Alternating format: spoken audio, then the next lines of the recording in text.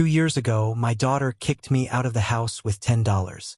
Now she wants to live in my house. The rain was falling hard enough to blur the city into a shifting watercolor. Towers and street lamps dissolving into gold and silver smears on the black canvas of night. From my study on the 23rd floor, the storm looked almost gentle. But the air inside my apartment carried a different kind of electricity, sharp and uninvited. It began with a single vibration against the mahogany desk. The phone's glow spilled across the leather blotter like a spotlight on an intruder. One word lit the screen: Tatum. I hadn't heard her voice in 742 days.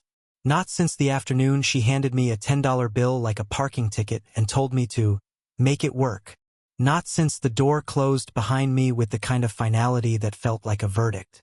My hand hovered above the phone, not because I didn't know whether I'd answer, but because I wanted to decide how long she would wait.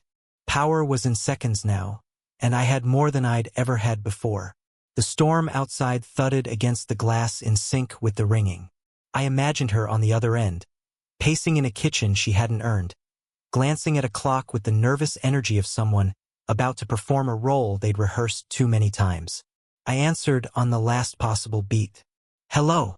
There was a pause, like she'd expected the voice of a broken man. Instead, she got mine, steady, clipped, cool. Dad, she said, too warmly, the way people do when they've already decided what they want from you. I've been thinking about you. Thinking. The word tasted false before she even finished the sentence.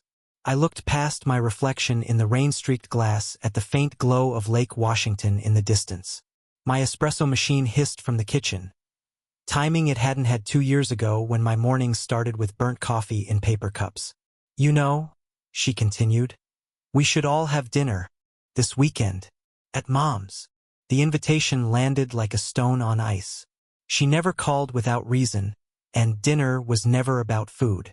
Somewhere, behind the honeyed tone, I could hear the soft rattle of desperation she was trying to muffle. I'll think about it, I said, not to buy time, but to watch how fast she'd lean forward on the hook. Oh, Dad, it'd mean a lot. Her voice dipped, rehearsed vulnerability curling at the edges. I let the silence stretch. In those quiet seconds, the storm outside shifted, wind striking the glass harder, as though the night itself wanted in on the conversation. Saturday, I said finally, could be interesting. When I ended the call, the room was exactly as it had been. The hum of the city, the storm against the glass. But I knew something had shifted. Not in the weather, not in her, in me. Because this time I wasn't the one walking in the rain. I didn't move for a while after the call. The espresso hissed to a stop in the kitchen, leaving only the steady percussion of rain against glass. Outside, the streetlights shimmered on slick pavement. Inside, the shadows had their own stories to tell. One of them was framed in silver on the bookshelf, a photograph I never bothered to pack away. Tatum at 26, hair tucked behind her ear, eyes bright for the camera. Lorna beside her, a smile polished to perfection. And me in the middle, wearing the expression of a man who believed he was standing in the safest place on earth. The safest place can turn on you without warning. It had been a Tuesday, the kind of Tuesday you forget by evening until you don't. I came home from a half-day consulting gig, still smelling of concrete dust and rain. The front door had been unlocked, which was unusual. Inside, the air felt wrong, too still, like a room holding its breath. The suitcases were the first thing I saw. 3 of them, lined neatly by the door as if they'd been waiting for me to notice. Lorna sat on the couch, legs crossed, scrolling on her phone like she was killing time in a dentist's waiting room.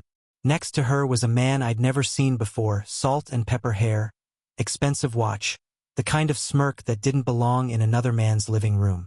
This is Grady, she'd said without looking up. He's moving in. You're not. It didn't come with an argument or an explanation, just a flat decree from someone who had already replaced me before I even knew I'd been dismissed. Tatum emerged from the hallway, dragging a duffel bag. Her eyes met mine without the flicker of guilt I'd been bracing for. Instead, there was something else. A cold, calculating clarity I'd never seen in her before. Mom's right, she said. You don't belong here anymore. She reached into her pocket and pulled out a crisp $10 bill, placing it in my palm like a tip left for a delivery driver. For gas, she added, as if the gesture was generous. By the time the front door closed behind me, the rain had already soaked through my jacket. I remember the sound it made on the hood of my car, hollow and uneven, as I sat there gripping that bill until it wrinkled in my hand. That was the night I learned something important. Family can love you, family can betray you, and sometimes they'll do both in the same sentence. I set the photo back on the shelf and crossed to the kitchen.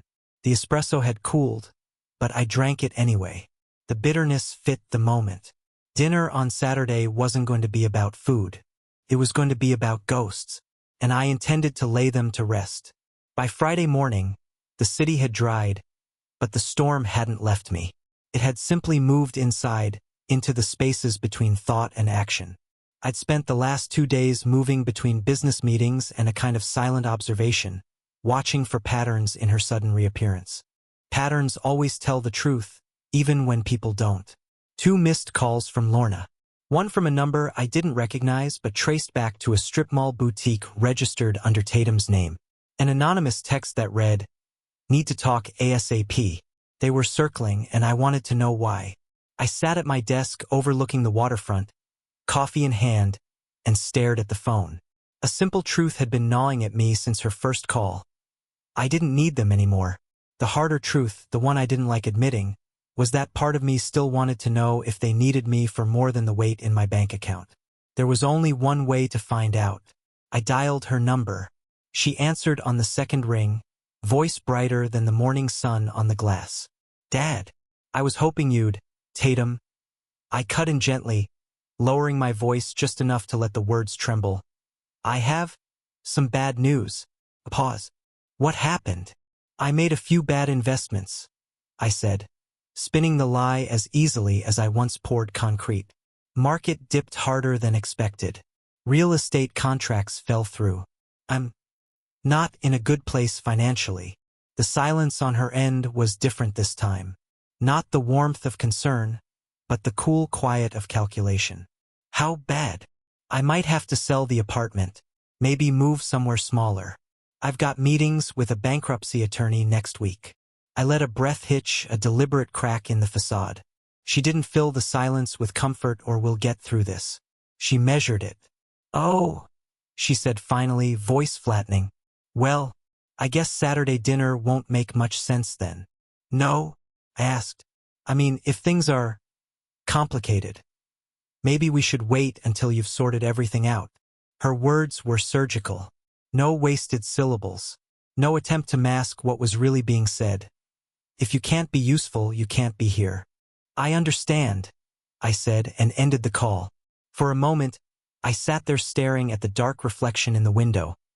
A man she thought was broke, dismissed twice in 2 years by the same blood. But there was no hollow ache this time. Only clarity. Whatever they wanted, it wasn't me.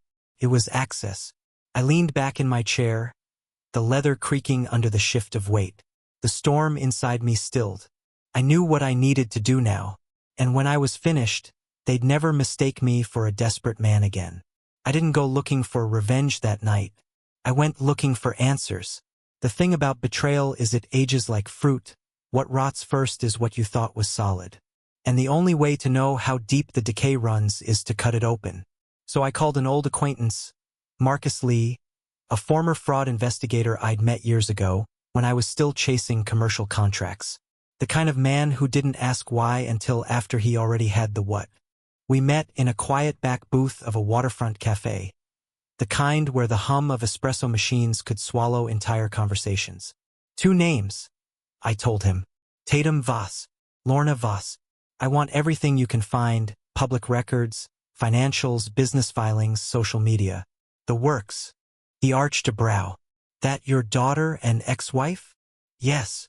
He didn't say why, just leaned back, took a sip of black coffee, and nodded. 1 week. I slid an envelope across the table. "Make it 3 days." When the call came 2 nights later, it was past midnight. Marcus's voice was flat, professional. but beneath it was the faint hum of disbelief. "You sure you want to hear this over the phone?" he asked. "Yes. Tatum's running an online store. Or was. Pulled in about $150,000 over 9 months. Almost no fulfillment. Dozens of formal complaints. It's not just bad business. It's fraud. The kind that leaves paper trails." I didn't answer. "Your ex-wife," he continued, "has been collecting donations online for a supposed medical condition. Multiple fundraising campaigns. We cross-checked with hospital records. She's never been treated for it. Ever. That's about $200,000 in unreported income." The words sat heavy in the quiet between us. It wasn't just that they'd been lying. It was the way it all fit together. Greed dressed up as need, deception spun as charm. "What do you want to do with this?" he asked. I stared out at the dark city skyline, the lights flickering on the black water like scattered coins. "Everything," I said finally. "I want every single person they took from to know exactly who they're dealing with." The next morning, I stood in my kitchen watching steam curl from my coffee, but my mind was miles away. The facts were there, sharp as glass, but facts alone don't break people like that. Timing does. Saturday dinner wasn't going to be a reunion anymore. It was going to be the stage. Every word, every glance, every bite of food. Just foreplay for the moment the lights went out on their carefully crafted lives. But I'd be lying if I said it was all cold calculation. Because somewhere between the invoices and the police codes, there was still a man who'd once been handed $10 in the rain. And he was about to hand it back, in a currency they'd never forget. The house looked smaller than I remembered, as if the years had stripped it of the authority it once held over me. Warm light glowed in the dining room windows, but it was the kind of warmth that burns if you stay too long. Lorna opened the door with a smile she'd practiced in mirrors. "You look wonderful," she said, voice laced with that bright, brittle charm. Inside, the air was heavy with rosemary and roasted meat. Tatum appeared from the kitchen, smoothing her dress, eyes glittering in a way that told me she thought she was in control. "Dad," she said, embracing me with arms that felt like an empty coat sleeve. I placed a small, ribbon box on the sideboard, empty, but they didn't know that. Dinner began with cautious small talk. Grady, silent but watchful, drank his wine too fast. Lorna steered the conversation toward family partnerships and opportunities, her words floating just above the real subject. Finally, Tatum leaned in. "Dad, I wanted to talk about a business idea, something we could do together. 200,000 would clear a few issues and give us." The doorbell rang. She blinked, annoyed. "Were you expecting someone?" "No," I said, "but timing can be funny." She stood, heels tapping across the tile, and opened the door to a man in a dark suit. His voice was calm, almost gentle. "Tatum Voss, you're being served with a class-action lawsuit regarding fraudulent business practices. Please sign here to confirm receipt." Confusion froze her face, then drained it of all color. There's been a mistake." From my seat, I could see her hands shaking as she signed. The man left. She closed the door more slowly than she'd opened it. "What is this?" Lorna demanded, reaching for the papers. Tatum's voice cracked. They know about the store, the complaints." Before Lorna could respond, her phone buzzed. Once, then a second time, then again, until the sound was constant. She glanced down. Her mouth opened, but nothing came out. The screen was flooded with comments, thousands of them, scrolling faster than her eyes could track. Words like fraud, liar, and scam flashing in neon rage. Links to an article, "Seattle influencer fakes illness for donations," each share multiplying like wildfire. "What is this?" she snapped, though the panic in her voice was already too loud. "Public record," I said, finally lifting my glass. "And public interest." Her hands trembled as she scrolled, the knife edge of her voice dulling into disbelief. Grady leaned over her shoulder, his expression curdling into something I'd never seen on him before. Pity, maybe, or disgust. Tatum stared at me now, lawsuit papers clutched in her fists. "Dad, did you "I didn't make you do this," I said quietly. "I just made sure the right people knew." The table fell silent, except for the faint buzz of Lorna's phone, the sound of a world collapsing in real time. I stood, straightened my jacket, and left the empty box on the table. Inside it was nothing. Outside it was everything. For months later, the Pacific stretched in front of me, molten gold under the setting sun. The tide rolled in slow and deliberate, wiping away footprints as if to remind me nothing stays, not even the weight we carry. I had not heard from Tatum since the dinner. The lawsuit had moved quickly.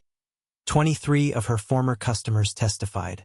Restitution, court costs, community service, the kind of numbers and hours that leave their mark on a person's record and in their bones. Whether she'd learned anything from it, I didn't know. Lorna's fall was swifter, sharper. The article spread like oil on water.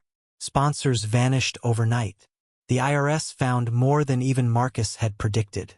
She sold the jewelry first, then the car, then the house. Her followers turned on her with a ferocity that only betrayed admiration can create.